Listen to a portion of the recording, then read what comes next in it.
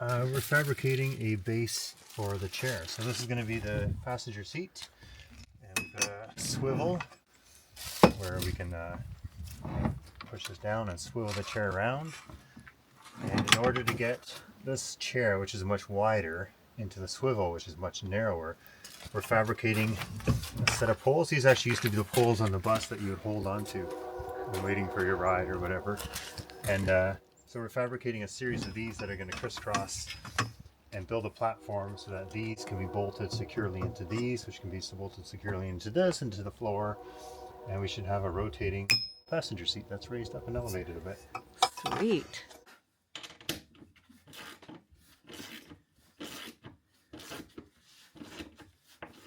Down in here, but if you look, managed to get them all secured in here, and then the other ones are up there, which are even harder to get into, up and over here.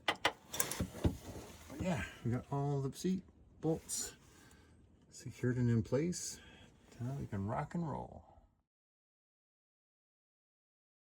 Let's use this cool little drill bit, step it up. Whoa. Make the holes as big as we need.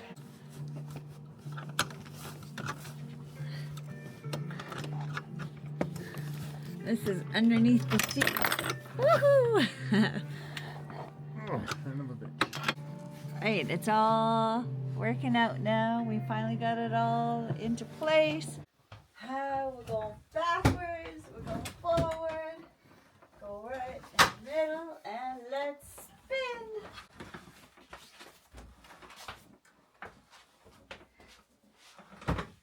Woo-hoo! We got a spinny chair. How's it feel? Feels pretty darn good. Hey, we did this, and let's see.